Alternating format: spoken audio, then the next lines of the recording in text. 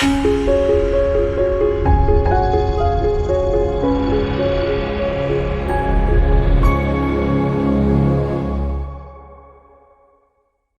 everybody to Transformation Tuesday.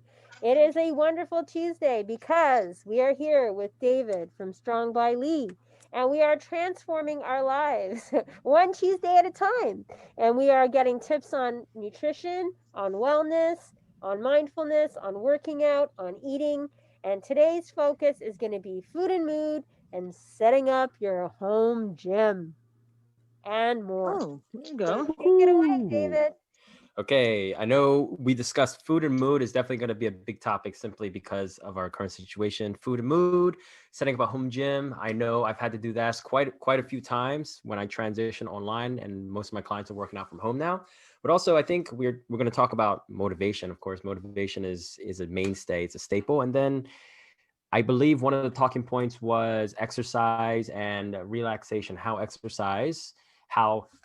putting yourself into discomfort can help you relax. Sounds counterintuitive, but there's solid research supporting it. All right. Well, I am David Lee. I am the once a month personal trainer, registered dietitian here for Transformation Tuesday. Thank you very much for listening. I know we have some familiar faces. Thank you for attending. I am the principal coach of Strong by Lee based in White Plains, New York. And my goal, my mission with my business is to engage in personalized alliances with my clients to help improve their health, strength, and confidence. That's really what I do. And I pair my knowledge of fitness, strength and conditioning, athletic-based strength and conditioning to help my clients look, move, and feel better, but also to help them gain control of their nutrition, whatever type of nutrition they have, whether they are a vegan, whether they're doing vegetarianism, or any cultural things that we can work with. It's all about personalization and accountability is what I do. All right, before we get started, does anyone have any questions really quick? We have the chat on the side. If you have any questions that are relevant to what I'm talking about, I'd be more than happy to talk about it if it rolls. Otherwise, we are going to take questions at the end. All right, so we're going to talk about food and mood. We're going to talk about motivation, setting up a home gym, breathing, and exercising. All right. Probably going to do the home gym thing first because I feel this is a little bit more straightforward than all the other stuff. I don't know how many people are actually working out at home. I will say this, I'll caveat this. I really do not like at-home workouts. It's not because I have some sort of affinity to the gym, any particular affinity to the gym. Of course, my whole fitness journey got started at the gym, and that's where I principally train my clients. But I just feel that, well, with a lot of my clients, they're working from home. They do everything at home. They don't want to work out from home either. So if it's possible, I try to get my clients to work out outside, whether it's going for a walk, whether it's doing a hill sprint around the block, whether it's going to the gym. But of course, this has to take into consideration people's comfort levels. So if somebody is interested in building a whole gym, there are a couple of things I usually recommend, and we'll go into links. I could put together a link for people, but if people know what a kettlebell looks like a cannonball, and then it has a handle. It's called a kettlebell. Most gyms have it nowadays. It was popularized by the Russians decades ago. One kettlebell can be enough for a lot of different things. And depending on the fitness levels of my clients, I will recommend one kettlebell. Maybe it's between 20 to 35 pounds. I would recommend one kettlebell, which ranges anywhere between like 20 to 70 bucks. I'll recommend a suspension trainer. If anyone has ever heard of the TRX straps, if they've ever gone to a gym before or ever seen it before, it's a yellow and black suspension trainer where you can use your body weight to do some stuff. Suspension trainer, you don't necessarily need to get the TRX brand. They were the pioneer in their field. They're quite expensive. I think they run about $180. I don't know how people feel about Amazon, but if you go on Amazon, you can get a good quality suspension trainer for 50 bucks. It comes with a door anchor. So if you don't have any, normally suspension trainers are hung overhead. so it goes straight down. But a lot of people who don't have that option, they will take a door hanger if the door is sturdy enough, and they'll put that door hanger in between the door and the door frame, so the door locks it. You close the door and it locks it in place, and then you can use the suspension trainer to do various body weight movements. So you have the kettlebell, you have the suspension trainer. I also really like the ab wheel. Do I have an ab wheel here? I don't think my ab wheel is probably in my car. But an ab wheel is basically, it looks like a wheel, and it has two handles that come out the side. You get on your hands, you get on your knees and your feet, and then you put the ab wheel on the ground and you just roll out. It's extremely effective for your abdominal muscles. And if you have lower back problems and you strengthen your abs this way, it's very effective. It gets right to the heart of the matter. If you have a bum lower back, and that bum lower back is not associated with a herniated disc or anything very acute like ruptured disc or something like that, and it's just from sitting for long periods of time, learning how to do the ab wheel will help strengthen your abs and thereby helping improve your lower back health. You also have a stability ball. I'm sure people are aware of that big stability ball, the soft ones that you see at the gyms. Those are really good because you can do various exercises on them. Well, by the way, the ab wheel, you can get on, again, I don't know how people feel about Amazon, but if you go on Amazon, you can get one for like $12. A stability ball, one of those yoga balls you can do various exercises on those. Those would probably run you about $20. And then furniture sliders. Furniture sliders are great because a lot of exercises that you do, especially for the lower body, might require you to lift your feet off the ground. Let's say, for example, lunges. If you decide to do lunges, you have to lift your foot off the ground to move your feet forward or to move your feet backwards. That will place additional stress on your joints, like your knees and your hips and your ankles. Whereas with the furniture slider, if you have carpet or hardwood, you can take the furniture slider and keep your feet on the furniture slider, and your feet will slide back and forth. But then there are also hundreds of different exercises you can do with these movements. Furniture sliders, and if you have hardwood, you can use a towel. You don't even need furniture sliders. The furniture slider is just a lot more versatile. Furniture sliders, what, $10? You can go to Bed Bath & Beyond, Target, Walmart, you can get furniture sliders for $10. That setup right there would probably cost the client less than $200, and they could do almost any exercise that would help them get fit, get them moving without a bunch of equipment taking up a bunch of room.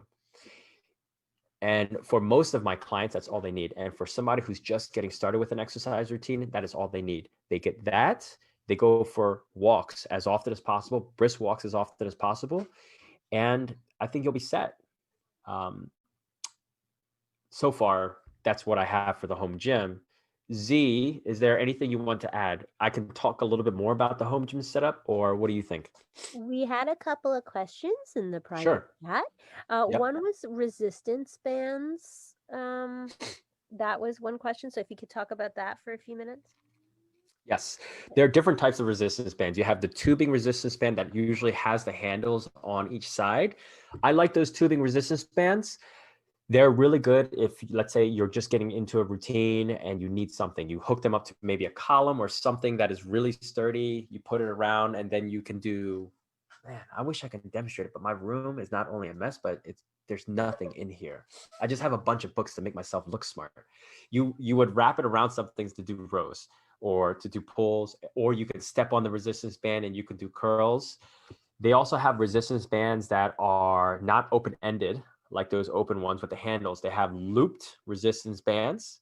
They have short ones that you can put around your hips. I don't know if anyone ever followed booty workouts, girls with on Instagram, where they have these bands on their legs and they might do various exercises. And Sumi is shaking her head. She probably knows. Yes, she probably knows. Yes, so it engages the glutes. You can have those bands. Those are really, really effective for getting a burn, engaging your muscles, and helping you feel like you're getting a workout in. But then you also have really long loop bands that are 44 inches. If anyone has ever gone to a gym before or ever been part of a serious lifting gym, you've probably seen these. Hanging from, let's say, a pull-up bar. People get into them, and it helps them do pull-ups. Things like, again, Sumi's shaking her head, so she must be familiar with a lot of this equipment. These are all really good. Like I'm a big fan of resistance bands. Except the only issue is those would not be my go-tos if somebody was to say, well, if I had $200 or if I had $100, what can I get?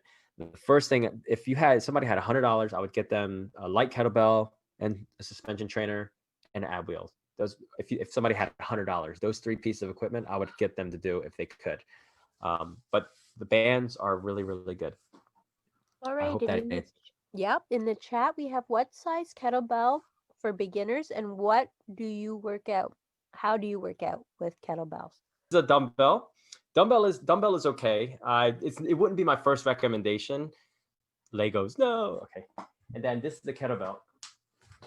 So this is a kettlebell. It looks like it's a ball and then has a handle on top. This is a 35-pound kettlebell. Most likely for beginners, I would probably recommend they start with 20-pound kettlebells.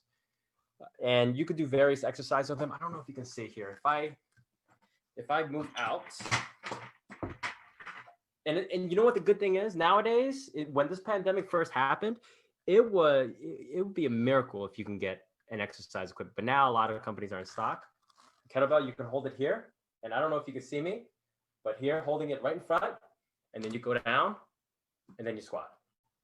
You come down, and you squat. And then you can also do some overhead presses with the kettlebell. You hold it like this, and then you press overhead like this, like this. Then with the kettlebell, you can also do some curls for your arms, for your biceps. So you could do a lot of different things with the kettlebell. Those are just some of the just 3 exercises that I could demonstrate right on the screen, but there are plenty more. Let's say you're having a garage gym or a basement floor gym. Mm-hmm. What kind of mats are the best type of mats you put down on the floor of the concrete? The best type, if it's for sound dampening, I would probably recommend, if you go to, there are various companies, sites you can go to that have exclusive workout gear. You can go to, let's say, Rogue. I can write this down and then I'll send it over to you, but you can go to like roguefitness.com. You can go to a lot of different websites, and they have, I believe they're 2x4, I think they're 4x4 rubber mats made out of like recycled tires. Or if you, depending on where you live and depending on how dedicated you are, you can get horse stall mats. They're these thick rubber mats that a lot of gyms use, and they're designed to absorb shock because they're made out of rubber. They're designed to absorb shock so that if you are lifting on concrete, the concrete's not going to crack. If it's for comfort or for your knees, I would probably recommend, first of all, that, yeah, if it's for comfort or for your knees, you could probably go on to Amazon, and they have various exercise pads that are, I don't have it here. They're about this thick and they're really soft, and they're like they're not like memory foam, but they're very responsive, sort of, I forgot what they call it. It's like I don't know what it is, but it's very soft mats. Hopefully that answered your question. Yes, thank you. That's great. Gotcha. Are there any more questions about home gyms? There was somebody who had said something about, you mentioned about a bar in a doorway, like to hang from. A bar in a doorway. You know, like bar in a doorway. Oh, a door anchor? Maybe right. A door anchor. A door anchor is usually there to help you put a suspension trainer on there. Or what about the bars that you could put up and you could do pull-ups on them? Gotcha. Yes, I know exactly what you're talking about. There are several different ones. They have over the door ones, which it goes over the door frame and then locks onto the little piece of door frame that hangs out. I am not a huge fan of those because I think they can damage your door frame. Let's see. I don't know. No, I don't think you can see it. So I have, let me see here. See my door. No judging, okay? People, no judging. So this is my pull-up bar. You see that pull-up bar right there? This little circular thing, they're screwed into the door frame, and then this bar, you twist it to tighten it, and it tightens into these brackets. So this way, it's a little bit more, these brackets are more permanent, but the bar, you can take it out. That doesn't damage the door frame nearly as much. And there's really no risk of falling.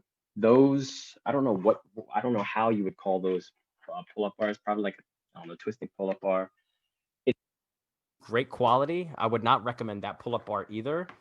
There is this pull-up bar that I am looking at right now. I haven't purchased it. I recommended it to a couple of my clients. It's a little bit on the pricier side compared to that. That pull-up, the over-the-door pull-up bars are probably like 40, 50 bucks. That one was 50 bucks.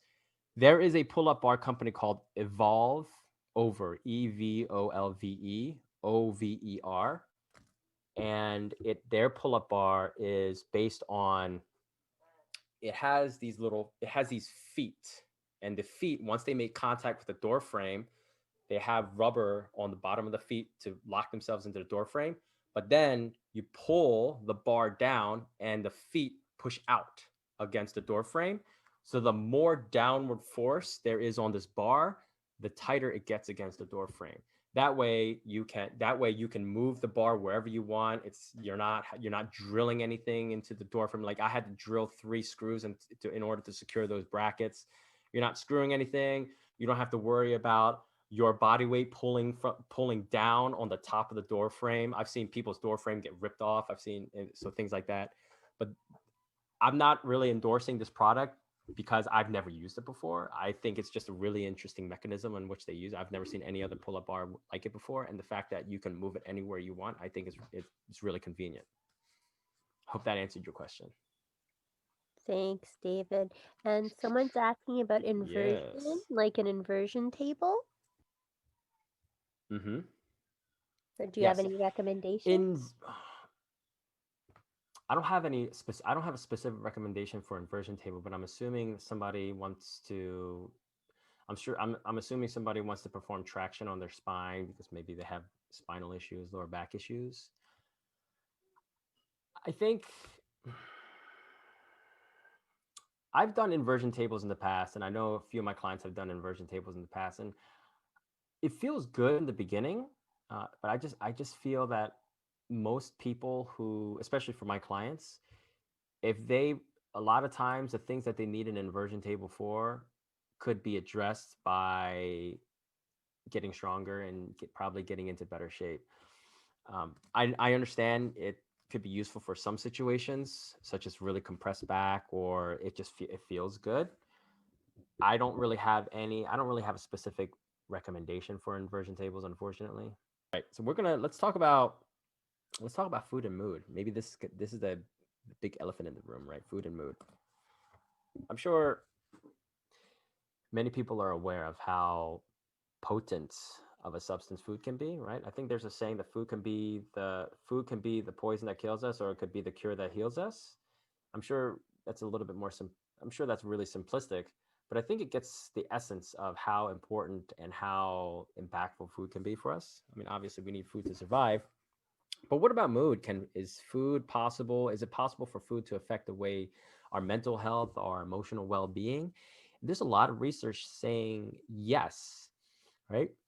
Now, there are plenty of articles out there showing a list of foods good for emotional health, mental health. You got avocados, you have blueberries, you have walnuts, salmon, spinach, eggs, so many different lists, and they're all really good because every single one of these foods have a specific compound. Let's say, for example, an egg yolk, not just an egg white. An egg yolk has a compound called acetylcholine, which is responsible for helping build neurotransmitters in your brain, right? And if somebody doesn't eat egg yolks, there's a chance that eating egg yolks could benefit them from a cognitive standpoint, an emotional standpoint, right? You have lists like that, and these are all really good. But I think when we're trying to address food and mood, and when we're talking about mood, we're probably talking about feelings of anxiety, you're feeling depressed. Maybe you don't actually suffer from chronic depression, but you're feeling depressed, you're feeling low, you're feeling down, you're sad, you're feeling anxious, jittery, you don't know what, you're uncertain about the future, you don't know what to do, you're antsy, or maybe you're stressed out, you're really busy, or these are probably the moods we are talking about, we're referring to when we're talking about, well, how can food affect my mood? One underlying thing that we have to look at is inflammation. Science has pretty much concluded, almost without a shadow of a doubt, that inflammation is really at the heart of any chronic disease. Any chronic disease. The question is, what causes that inflammation? There are various things that can cause that inflammation. And the reason inflammation is so important is because when somebody is anxious or stressed or depressed, there is an inflammatory process going on. How we control that inflammatory process through food is what we're really trying to get to the heart of. I don't think any particular food is more powerful than any other particular food when it comes to controlling inflammation outside of them being natural and whole. If you compare a whole egg to an egg product, that's a different story, because one's a whole food that's naturally occurring. I mean, it's the least processed available. It pops right out of the hen and boom, you got an egg. You got to wash it a little bit. Then you have an egg product, which has probably been synthesized, has artificial preservatives, anything like that. That's going to have a different effect in your body, even though they're considered egg or egg products. But if you're looking at a food such as an egg versus a blueberry, even though they both contain different compounds, neither one of them are going to have a make or break effect on food and mood, right? So before we even talk about what foods can I eat, there are some things we can avoid. And I think for many people, avoiding some of these things would have a bigger impact on their mood than adding stuff in. The foods and the compounds we want to look at are the ones have been shown to have an uptick in inflammation or be pro-inflammatory. We're talking about processed sugars like table sugar, high fructose corn syrup. Other sugars, naturally occurring sugars, are up for debate. Sugars found in fruits are up for debate. Like there's really no evidence showing that the sugars which found in fruit, which are called fructose, causes inflammation. There's also no research showing that maple syrup and honey cause inflammation. Other foods that could possibly cause inflammation: processed industrial vegetable oils and grain oils. Prime examples: sunflower oil, safflower oil, corn oil, soybean oil, canola oil. These oils made from either vegetables or grains have been shown to be pro-inflammatory because they do what's called, they have what are called polyunsaturated fats. And if you were part of our Transformation Tuesday last time and we talked about the nutritional label reading, then you're probably a little bit aware of what polyunsaturated fats are. Polyunsaturated fat is a class of fats that's a fat, right? You have polyunsaturated fats, monounsaturated fats, and trans fats and saturated fats. So those are four big classes of fats: saturated fats, trans fats, which are by and large bad. You want to avoid these as much as possible. Then you have monounsaturated fats, which are found in avocados, macadamia nuts, olive oil. These are the quote unquote good fats that are really prevalent in the Mediterranean diet. And then you have polyunsaturated fats. Polyunsaturated fats is a bigger class that has more things. So the big ones are the omega fats underneath polyunsaturated fats. And I feel like I'm getting a little bit too technical. So if I am, please let me know and I'll slow it down or I'll come back to it. But the big fats are omega-3 and omega-6. Omega-3s are the omega-3 fatty acids found in salmon, sardines, and herring, and walnuts, and flaxseed. These are the good polyunsaturated fats that you hear a lot. Then you have omega-6 polyunsaturated fats, omega-6 fatty acids, and these are the ones found in processed vegetable oils. These are also found in fat sources. For example, just to be clear, all fats, any fat source, whether it's butter or avocado or macadamia or salmon, any fat source you found in nature will have a specific ratio of all of these fats, right? For example, butter will probably have a trace amounts of naturally occurring trans fat. Now, you know how I mentioned earlier, you want to avoid all trans fats, but because most trans fats are created in a lab. Most trans fats are created in a lab as a way to help extend the shelf life. That's how you make margarine, right? Because margarine is one molecule away from being plastic. The trans fat found in butter is naturally occurring. So research is still kind of out. The verdict is out on whether that trans fat is harmful for you or not. But if we go by research in terms of people who generally take in whole fat dairy products, whole fat dairy products tend to be healthier on the whole than low fat dairy products, at least according to some research studies. Then, for example, let's say I'm going to go back to butter. Butter has the trans fat. Butter has saturated fat. Butter has monounsaturated fat, and butter also has polyunsaturated fat. Now, butter is a majority of the fat in butter comes from saturated fat.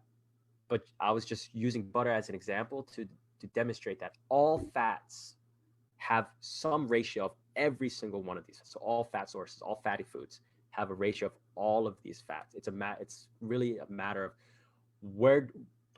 what fat does a particular food have the most of. These processed vegetable oils that you would find in restaurants, like a lot of restaurants use these vegetable oils because it's super cheap and they don't go bad as quickly. You can reuse them over and over again. Like corn oil, Five Guys uses peanut oil, which they reuse over and over and over again, right? Because peanut oil is not only cheap, but it's stable at high heats. But the peanut oil is also, peanut's a legume, and the way that they extract so much oil from some of these grains and these legumes, they use hexane, which is a byproduct of gas. So they use this process to extract under extremely high pressure and heat all this oil. And as a result, it makes these oils more susceptible to rancidity. So they go bad easier. If you open up, let's say, if you take most oils, that is, if you open up a can, if you open up a bottle of like sesame oil versus opening up a bottle of olive oil and you leave them in the room, that sesame oil will go bad faster because it has a higher proportion of polyunsaturated fats. But what happens is when you take in these polyunsaturated fats into your body, because it has a propensity to go rancid, it is more pro-inflammatory. It is pro-inflammatory compared to omega-3 fatty acids that you will find in salmon, in walnuts, in flax seeds, and chia seeds. So those are the omega-3 fatty acids. Independently, omega-6 fatty acids, polyunsaturated fats, are not bad for you. You definitely need omega-6 fatty acids, but it's how much omega-6 fatty acids you're eating. And in the standard American diet, in the Western diet, the proportion is off the charts. A healthy diet is considered to have about like a 3-to-1 ratio of omega-6 to omega-3 fatty acids, meaning for every 1 gram of omega-3 fatty acids you're eating, and this is going to be extremely difficult to calculate, but I'm just using this from a data standpoint.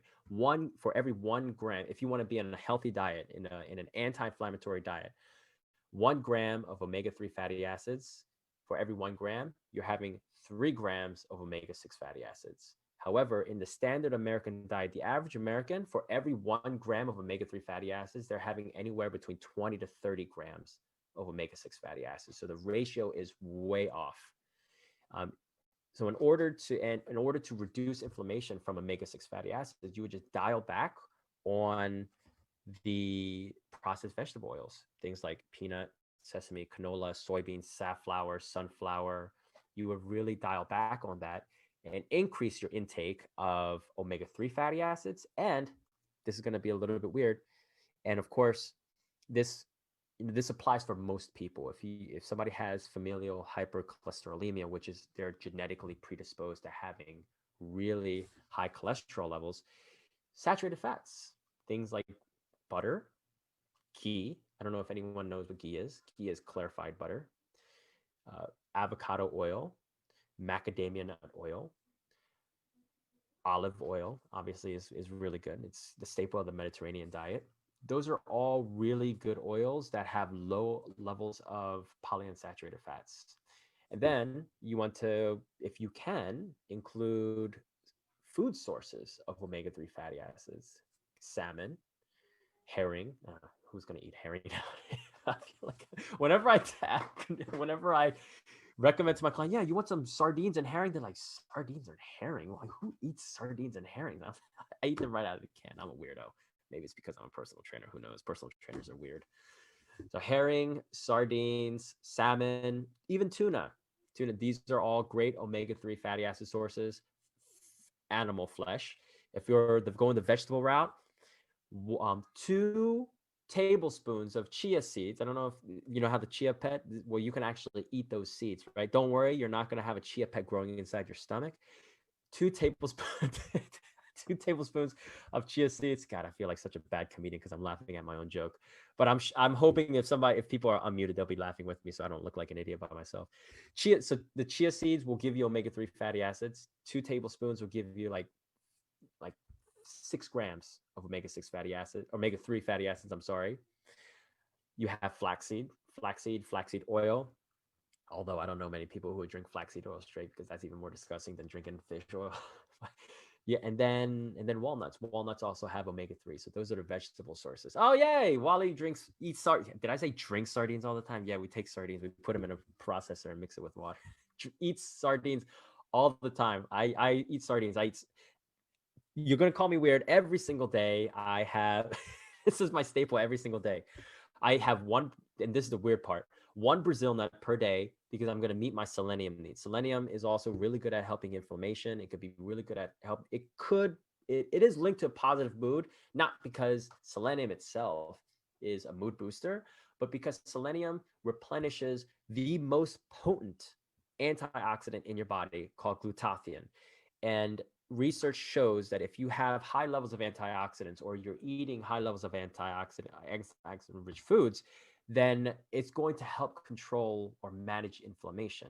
So if you can eat 1 Brazil nut per day, if you're not allergic, if you eat 1 Brazil nut per day to replenish selenium and give your body the nutrients and the compounds it needs to replenish its natural antioxidant, the strongest antioxidant that the body can actually produce, then I think it might improve your mood. So 1 Brazil nut per day, you want 1 can of oysters, one tin of oysters, and 1 tin of sardines. I know I'm super weird. The oyster is really good for zinc. It has good high levels of zinc. Zinc and selenium work in tandem with each other. So if you can have zinc, selenium, and these trace minerals, zinc, selenium, and copper are fantastic if you want to improve your anti-inflammatory profile. Brazil nuts, yes. Wally and I are on the same page, man. Jeez, I'm so used to talking to people like we're in different libraries. We're not even in the same book. Wally and I seem to be on at least the same chapter, maybe the same page. Who knows? So yes, walnut. Oh, not walnut. Did I say walnut? Brazil nut, oyster, and sardines. And if somebody can actually eat those like I do on a regular basis, then I'll give you a free personal training session. You got to do it for at least a month, though. I'm just going to give you a free training session. And then, so we got those, the processed vegetable oils. Any questions before I move on to the next topic? Man, I rambled a lot. I thought you said save the rambling for the beginning when there's a little bit of dead time. But no, I definitely rambled. David, I think there's a couple of questions in the chat. Okay. All right. I know Angela says, is the meeting going to be on your YouTube page? I missed most of it. Yes, I will upload it to my YouTube. Yes, Angela. Angela asked me a few other questions. I will get to them towards the end. All right. It was the one before that one. Is it how can you suppress an overactive immune system? Ah, that one. It depends on why the immune system is overactive, right? Because if it's an autoimmune issue, let's say, for example, rheumatoid arthritis or lupus, then somebody has to be a lot more careful with what they eat. And It's actually, there is a dietary protocol called the Autoimmune Protocol, and it's a very strict diet. And as opposed to what we're talking about today, where we're trying to eat foods that have high levels of antioxidant activity, some of these diets are very strict. They control how many different foods you eat. Of course, you're eating foods with antioxidants, but very, very meticulous and very calculated, because an autoimmune issue is nothing to mess around with. And type 1 diabetes is also an autoimmune issue. It's basically an autoimmune issue is when the body's immune system attacks itself. And sometimes it uses compounds found in food, naturally occurring foods, to strengthen the immune system, which then strengthens the attack of the immune system on the body. So you just have to be a lot careful. And that's unfortunate. That's not something that I can really talk about right now, because that has to be highly personalized. Okay. Next one, inflammation. The close cousin of inflammation is sugar, just sugar in general. And we want to talk about sugar because one thing that I usually talk to my clients about if they want to improve their mood, anxiety, and depression is I put them on a diet that is, or put them on a nutrition. I know a lot of people, they have their feelings about the word diet. So I'm going to use a nutrition plan that is geared towards helping somebody with cognitive decline, dementia, and Alzheimer's. I know that is extreme, but if we look at the end manifestation of mood disorders, we're probably looking at cognitive decline. We're probably looking at how people are unable to regulate their emotions and unable to regulate their moods. That's cognitive decline. How do we control cognitive decline? More and more research nowadays is coming out in favor of the ketogenic diet, which is a high fat diet, very low carb, which is high fat, very low carb, and moderate protein. What do I recommend to usually spread on bread? I usually use butter. I like butter. I think there's nothing wrong with butter. I think there's nothing wrong with cream cheese. If you don't have any problem with dairy, I think those are fine examples. I also think it depends on what somebody's in the mood for. If I want to have bread, I'm not always going to want butter. I might want butter in the morning, but then in the afternoon, I might want something like peanut butter or almond butter. I think it really depends.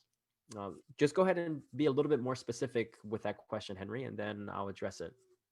Going back to the sugar, if we can control sugar, we are going to be able to reduce the likelihood of cognitive decline as much as possible. Why? Because when you have sugar, when you intake sugar, and we're going to largely omit fruits, because the sugars found in fruit, let's say the sugars found in fruits is called fructose. And fructose you might recognize as high fructose corn syrup. The difference is, though, that the fructose found in fruit is bounded. It's bounded within the matrix of the fruits, and that's how nature intended it.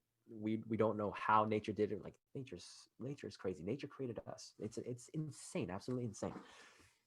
But the high fructose corn syrup is found in a lab, and it's called free fructose, which means that there's nothing binding this fructose. As soon as it hits your system, it goes into your blood, and there's no mitigation. Whereas the fructose in fruit has to go through your stomach, it has to go into your small intestine, and then it goes to the liver, whereas table sugar goes straight into the blood. This can be dangerous because you can enter a condition called hyper, like high glycemia, so high blood sugar. High blood sugar will then prompt the release, will promote or tell your body to release a compound called insulin. Insulin is a hormone that is released from your organ called the pancreas. And that insulin and sugar, the insulin and the blood sugar act like the insulin is responsible for taking that blood sugar that's elevated from baseline, from what you normally be. Let's say you're sitting here and your blood sugar is just fine, and then you have a piece of bread, your blood sugar goes up. What do we have? What does the body have to do? It has to take that insulin, and it has to use that insulin. That insulin acts on your muscles and your fat tissue, acts as a key and lock mechanism. So let's say your muscles and your fats have a lock. The insulin is a key, it goes in, unlocks them, and it shoves the blood sugar into the muscles and the fat tissue. All well and good, very normal process. Now, the problem arises when you are taking in more sugar than what your muscles, particularly your muscles, can actually handle. It's kind of like an overflowing sink. There's a certain amount of sugar that your muscles can actually bring in and then store. And if the sugar coming into the muscles, it's fine because eventually that sugar will get burned off. But what happens when you don't burn off the sugar, and what are some ways that you can burn off the sugar? You can burn off the sugar just by sitting here. Your body will burn off a small portion of sugar just by being at rest. You burn off sugar by engaging in really mentally demanding tasks. Let's say you're typing away like a madman, writing a novel or working on a spreadsheet or something really demanding. Or you can exercise. Exercise will burn off the sugar found in the muscles. But what if you're not burning off those sugars and you just keep bringing in the sugar? You keep having the donuts, you keep having the bread, you keep having the cake and the cookies and all these things. Well, the sink will overflow. Where does the overflow go? The overflow goes into the muscle, the fat tissue. That's normal too. Nature has designed processes for that. But what happens when you keep taking in the sugar? Well, the insulin will keep acting on the muscle and the fat tissue. But the problem is the insulin will stop working on the muscle tissue because the muscle is already inundated with sugar. So that's where that term insulin resistant comes from. Insulin resistance comes from when you have already overloaded the muscles with sugar and the sugar gets shuttled into the fat. Now, the problematic part here is that the fat tissue can never become insulin resistant. It will always take in that extra sugar. And that extra sugar will get converted into fat. And the fat tissue will expand, expand, expand because fat tissue can expand infinitely, which is why you see people who are 6, 7, 800 pounds. So fat tissue can expand infinitely. Whereas with muscle, it can't really handle that much sugar. So when you tap it out, it will shuttle the sugar. Now, how does that lead into what we're talking about in terms of mood? Well, sugar, if you have sugar and your body releases insulin, insulin is a naturally inflammatory hormone. It is an inflammatory hormone / it's an anabolic hormone. Now, anabolic means to build. And in order to build anything, some inflammation has to go on, right? So insulin is an anabolic and an inflammatory hormone. If it's constantly elevated because there's a constant intake of sugar, you're constantly going to be in a state of inflammation. And if you're constantly in a state of inflammation, that's going to affect your mood because you're going to feel like crap. And from a hormonal standpoint, higher levels of inflammation means higher levels of stress hormones. Stress hormones are adrenaline and cortisol. If these two hormones, as a result of chronic inflammation, are also increased, you're going to have mood issues. You're going to be more anxious. You're going to feel more depressed. Why? Because cortisol and adrenaline will also have an effect on emotional cravings, things that you want for food. And what happens there? When you have emotional cravings for food, your levels of your body craves dopamine. Dopamine will be satisfied by certain foods that are high in sugar, salt, and fat. So let's say you have a food that is high in sugar, salt, and fat. What happens when you have that food that is high in sugar, salt, and fat? Blood sugar goes up, insulin goes up, cortisol goes up, adrenaline goes up. Dopamine goes down because you've already satisfied the dopamine, but now the body wants more dopamine, and it's just a vicious cycle. And that is why sugar is a potentially dangerous food. It's the same way as processed vegetable oils are, because processed vegetable oils, even though it's not sugar, it is a direct path to inflammation. It's not going to affect the cortisol, the adrenaline the same way that sugar will, but it will put your body in a state of inflammation. So if you have the processed vegetable oils and you have high sugar, which is usually the case in many foods found in restaurants. I love restaurants, and it breaks my heart that a lot of restaurants are struggling right now. At the same time, a lot of foods that you find in restaurants are really high in industrialized processed vegetable oils and sugar. And if we're talking about food and mood, those are the two big culprits that you want to look at. Okay. Those are the two things.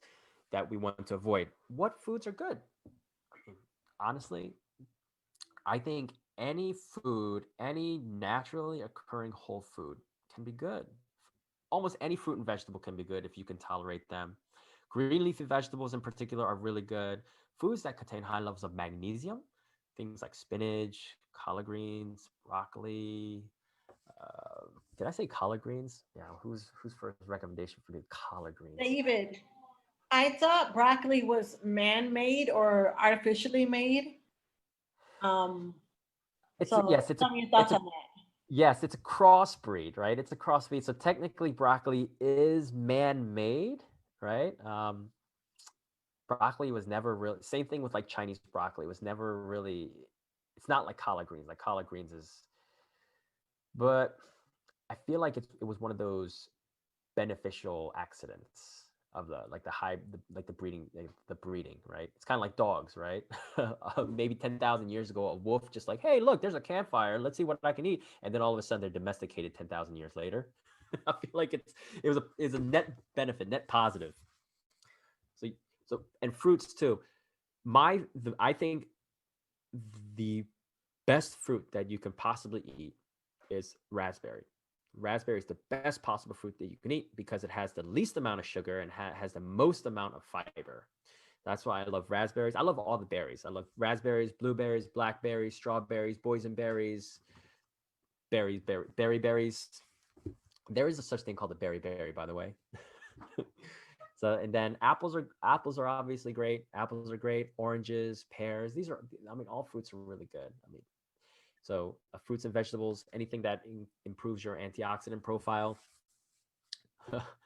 And let's see, what else? What else? I think that's. I think Angela put up another question if you're looking for a question.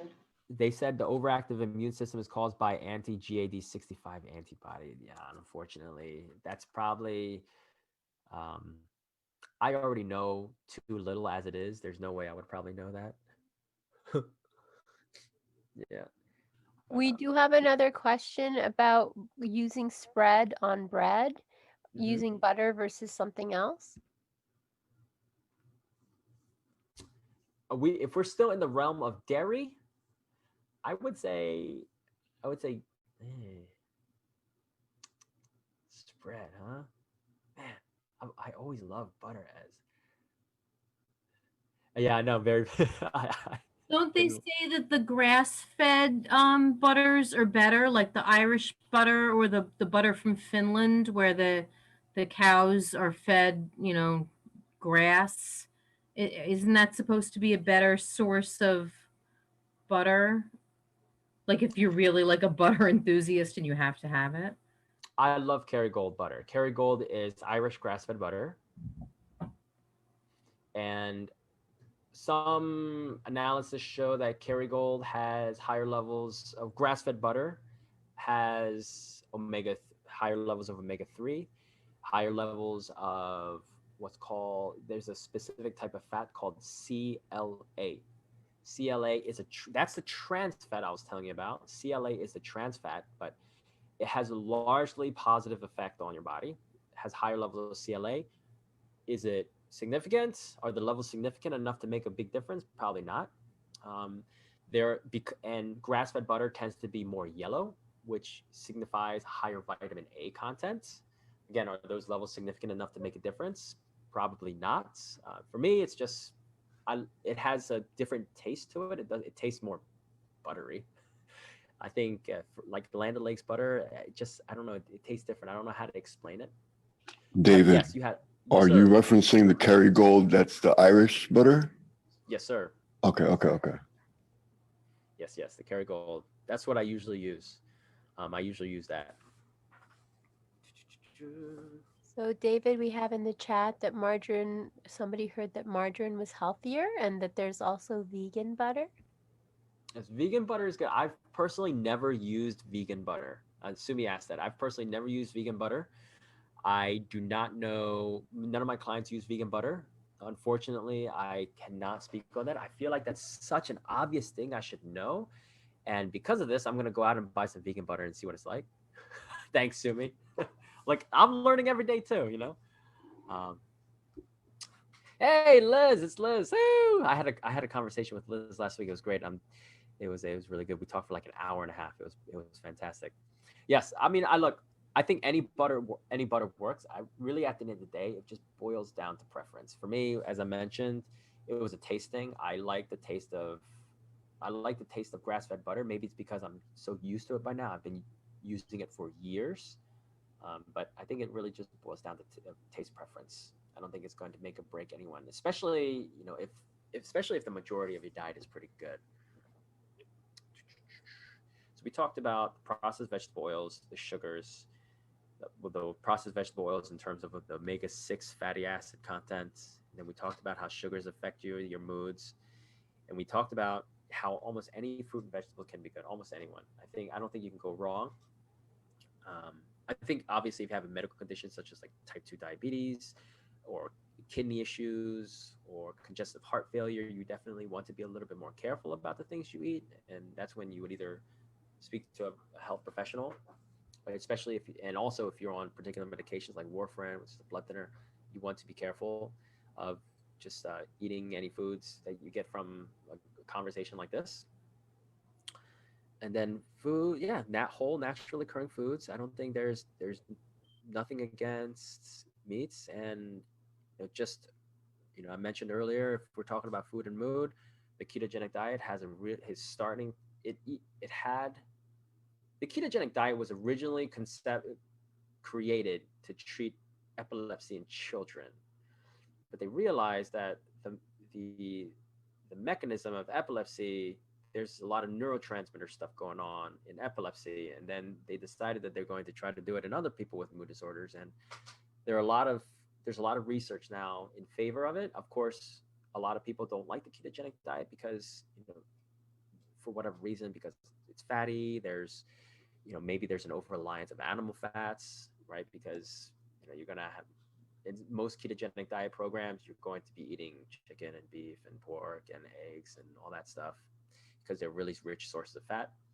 A really good book that if you want to read up on how the ketogenic diet can help control blood sugar. I think I mentioned it before. I mentioned this several times. It's called The End of Alzheimer's by Dale Bresden. Or Dale Dresden?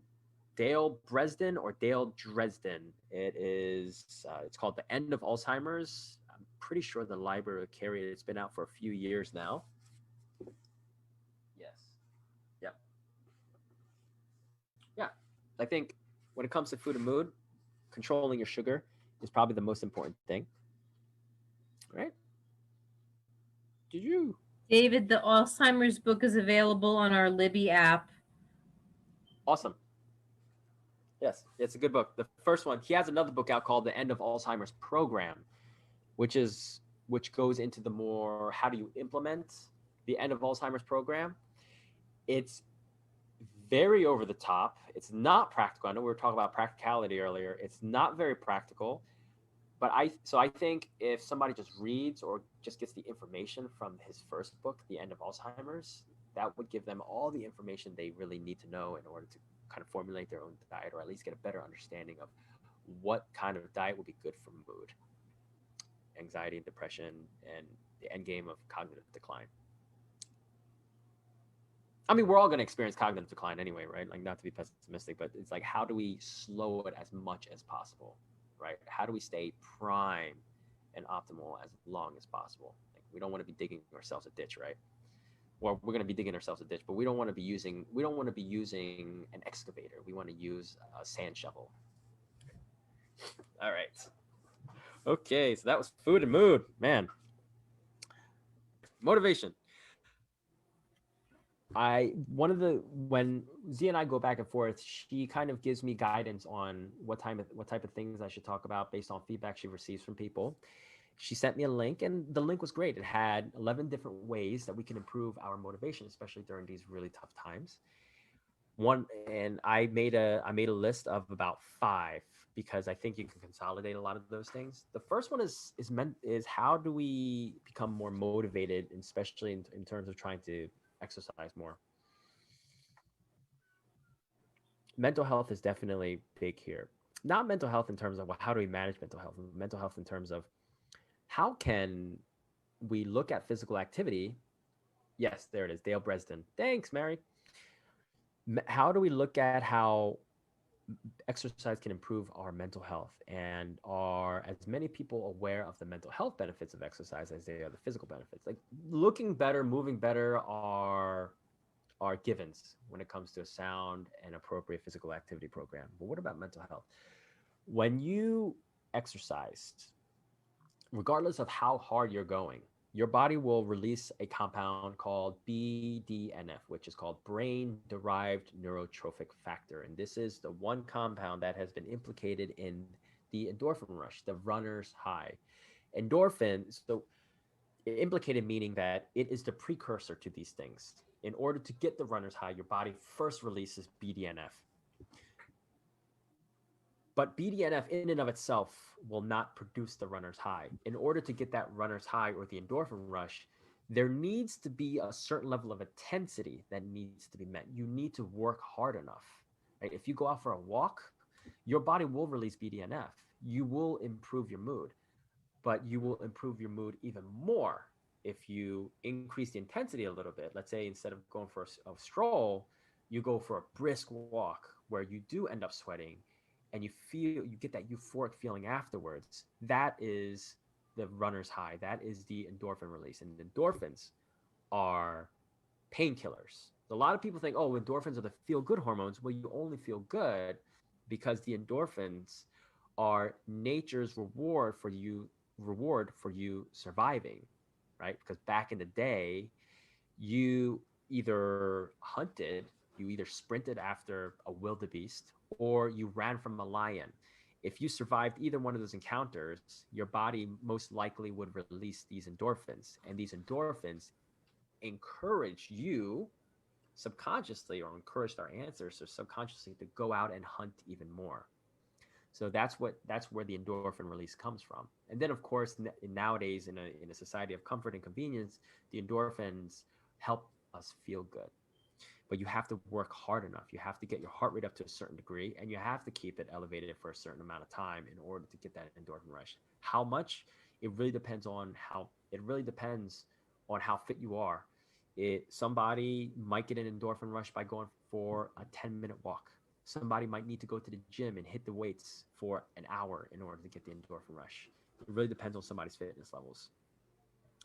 Okay. Scheduling it, I think, is probably important. When I say probably because it really depends on the type of person you are. And when I say schedule, you take a schedule and you write down on your schedule when you're going to exercise. It can help your motivation if you can visually see when you're going to work out, so that you can kind of plan your day. I have a scheduler here. I usually write down everything that I'm going to do. This is for like next month or whatever. But I try to write down what I am going to do, and I try to break it down hour by hour. It's never precise. There are always going to be modifications, but the idea here is you're trying to reduce the level of uncertainty that you have going on when you don't have a schedule. And I think that can help with motivation, because maybe some people lack motivation because they're trying to figure out, well, what am I going to eat tonight? Or should I go work out? What am I going to do? Maybe there's a level of uncertainty which really crushes somebody's motivation. What about convenience? Convenience can help. Convenience in what way? Trying to make exercise as convenient as possible. The article made a really nice. The article outlined a nice little trick where, as soon as you wake up, you have your workout clothes right there, ready to go, or you even sleep in your workout clothes, so you're ready to work out as soon as you wake up. Or let's say you go to the gym and you have your workout gym, you got your gym bag at the door, ready to go with everything packed, or you have it in your car and you're ready to go. So these are all various things that you can do to kind of make things as convenient as possible. So you want to ask yourself, how can I make exercise as convenient as possible? Is there a certain route that I can take to get to the gym, or can I set my room or my living quarters up in a way to make exercises more conducive? Do I set an alarm to tell me when I'm going to work out? Things like that. You can also, the next one is, and this isn't what they said in the article, but I thought it's really pertinent. start small, start slow. 5 minutes is usually what I recommend to somebody if they're just getting started. Like, I don't expect anyone to go to the gym 5 days a week for an hour at a time. I would much rather see somebody work out 5 to 10 minutes 5 days a week, because we're trying to set the precedence of consistency first before anything else. 5 minutes, 5, 10 minutes might just mean planks and squats, something that someone is not used to, and it's more than what they're currently doing right now. And then over time, they start injecting variety, because your body, if you're new to exercise, it will take your body several months for it to finally get used to what it's doing. And then that's when you'll need to maybe move up to a more intermediate programming. That is probably the biggest battle, just getting started. But I think once you get started, it's like the law of inertia. A moving object is harder to stop, right? And then a still object is harder to move. Like, you need a lot more energy to start you need a lot of energy to stop a moving object, and you need a lot of energy to start a moving object. Once you gain that momentum, I think it'll be good. And then, of course, accountability. If you can find a workout partner or something like that, I think that can help tremendously. And I'm not really going to go too much into that, because obviously, if hiring a personal trainer is probably the best form of accountability you can do, but not everyone is in a position like that. If you can find a workout partner, that'll be great too. I've had experiences with workout partners in the past, some good, some bad, and I'm sure everyone here has heard stories or whatnot, or thought about it. Well, maybe I can work out with my friend. So you can ask yourself, well, who do I think will be a good workout partner? And then, of course, hash out that relationship. How are we going to meet? How are you two going to meet in the middle instead of one pulling the other? All right. Man, my dog just keeps scratching on the door. All right. So I just wanted to hit on motivation real quick. I feel as if we talk about motivation a lot, and I still tell people, like, if you need to reach out to me for motivation, do so, and I will try to help you as much as I can. Obviously, when I have several people on a call, there's only so much personalization I can give to people, right?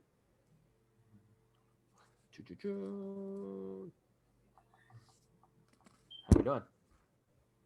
We're doing good. We have a question about motivation and staying awake longer. Coffee doesn't work, nor tea, and the main cause is medication. And this person also does yoga early in the morning at 7 a.m. So medication is responsible for the drowsiness.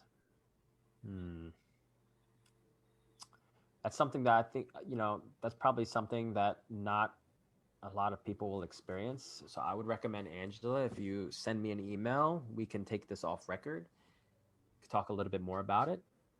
Normally, but if somebody is normally getting sleepy or tired in the middle of the day, the first thing I'll look at is, what are they eating first thing in the morning? Most people I've ran into or encountered who get sleepy in the afternoon, they get that lull. They have a really high carbohydrate breakfast. Either they have fruit juice or bagel or bread or a big bowl of fruits. And again, it's not that fruits are necessarily bad. It's that they have a disproportionately high amount of sugar and carbohydrates in the morning versus a meal that has higher levels of protein, such as, let's say, whole eggs and turkey bacon and vegetables or something like that, like even steak and eggs, right? So oatmeal and a spoon of peanut butter. I guess it really depends on oatmeal. Let's say half a cup of oatmeal has 25 grams of carbohydrates, which should not be anywhere close to giving somebody that lethargic feeling in the afternoon. Most people I speak to who get that lethargic feeling in the afternoon, they're probably having like 75, 100 grams of sugar in the morning. It's a boatload, right? And then they might have a snack of chips or candy or soda, and then that makes it worse. And you get that lethargic feeling because the rise in insulin, you get a rise in adrenaline and cortisol and insulin, but also serotonin and dopamine. You get that huge tick up in neurotransmitters and those hormones, and then as a result, the body's trying to fight to get that blood sugar back down. It will take a sharp dip, and then the problem is, let's say your baseline is here, and then the blood sugar goes up, up, up, up, up. The body wants to control it, and it falls below baseline. And this right here, when it falls below baseline, that's where you run into lethargy until your body starts to come back up and return to baseline. But then if you eat a food that's high in sugar again, boom, it comes up, bow, and then it comes up, then it goes back up again, and then you just get on that roller coaster of sugar highs and lows.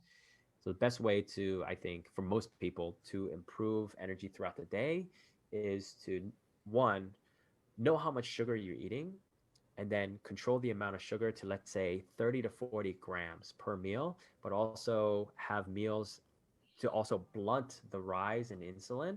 Have a meal that contains protein. Yeah. Yeah. So it seems like Angela is definitely your question is definitely something that we'll have to take off record, only because of your conditions. Can't I think not drinking go ahead. water be a contributing factor to fatigue too? It could be, because water, your body is made up of 60% water, and water is literally, it is involved in every chemical process in the body. The neurotransmitter process of all those electromagnetic signals in your brain, the neurons talking to each other, and you trying to stay awake and you being alert, that all requires water and electrolytes. Electrolytes being calcium, sodium, potassium, and magnesium. Those are the four big electrolytes. If you have adequate water intake and you have adequate intake of those electrolytes, then you will reduce that factor of lethargy. I don't really know many people who become lethargic because they're dehydrated, although that is a factor, especially when it's really hot during the summer months, or if they're working out a lot. But when it comes to water, a good amount of water to start with is half of your current body weight in ounces. Half of your current body weight ounces. So if you weigh 150 pounds, you want to try to shoot for at least 75 ounces of non-calorie beverages. Water, tea, coffee, it includes all those things. So 75 ounces, that's where you want to start. And you can go up to 0.75 times your body weight. So if you weigh 150, it'll be anywhere between 75 to, I think it's like 100 ounces of water per day. So since the link between the water and the electrolytes is so important, and excuse me for just like jumping in, but I didn't really know what would be a source of electrolytes besides like sports drinks. That's the only place that I've heard of electrolytes. Is there something that you could eat that would provide electrolytes? Yep. So salt, you can find sodium in salt. Magnesium is found in almost any vegetable, because magnesium is really found in the soil. So anything that grows in the soil will have rich source of magnesium. So legumes and vegetables. Fruits, not so much, because fruits they are grown on vines or on leaves or on the plants or on the stems. So they're not going to have as high levels of magnesium as vegetables. Calcium will be found in any dairy products, but calcium is also found in lots of vegetables. So if somebody doesn't want to do dairy, they can do vegetables. And potassium is found in many fruits and vegetables. Okay. Thank you. Yep. Yeah, absolutely. All right. You know what? It's unfortunate. I have to get off. I have to be somewhere by 8:30. But I'm really sorry if I wasn't able to cover everything. If somebody had more questions, please email me. I'd be more than happy to answer your questions and give you some more information if you need it. And David, what email would we use again for those of us who are newer to the group? Yes, it is David at strongbylee.com. Thank you. There we go. Yep, David at strongbylee.com. Thank you very much. Ooh, we had a good amount of people show up today. Yeah, it was a really good group. Yeah. Did I do all right? Did I screw up too much? Was I not funny enough? I think it was great. What does everybody else think? We have some thumbs up, some claps, lots of thumbs up. You can be brutally honest with me, Yeah. You can be brutally honest with me. My childhood was rife with brutal honesty. I'm just kidding. David, do you eat pineapple? I do not eat pineapple. I don't eat pineapple simply because I used to have a tremendous sweet tooth. Right. And because of that, I have a lot of cavities. And because of the cavities, I have teeth sensitivity, and pineapples will just tick off my sensitivity. The only reason I ask, because you mentioned inflammation a lot, and that's one of the foods. As sweet as it is, it's one that's noted for being an anti-inflammatory food. So, yeah, I don't have it all the time, but on occasion I do like to have it for that. Yeah. I think almost any fruit. I don't think look, nature has gotten some things wrong for sure, right? But I think when it comes to food and what we consider edible, I think nature has pretty much hit the nail on the head. Right. That's just my thing. I mean, obviously nature isn't perfect, right? Because there are some people out there who can't eat certain foods, and that's nature's fault, right? Yeah. But you think a man in the ancient world, the sugars he would have would be just fruits, berries, etc. Maybe an occasional handful of honey, maybe an occasional handful of maple syrup, but none of the processed sugars that we eat today would she be eating back then. Absolutely. And I talk a lot about more controversial topics on my YouTube, and one of the things I talk about is health and modernization. Is how while it's great that we live in a developed country, one of the almost inevitable byproducts is poor health of the citizens. And I think it's a very interesting topic, and it goes back to what you're talking about, Chris. How our ancestors had to eat healthy because they had no choice, right? They had no choice but to eat those things. But now with modernization and all these different processes that give us instantaneous access to foods that we normally wouldn't have eaten, sometimes we can get ourselves into a pickle. Yeah. Reach out to me through my email and check out my channel. And of course, please provide Mary and Z any feedback, only positive. I'm just kidding. Any negative, positive, neutral feedback. I am always in the process of learning. So if there are ways I can help you, I am. It would be my pleasure to do so. And we'll see you in January, right? We'll have that up on the website.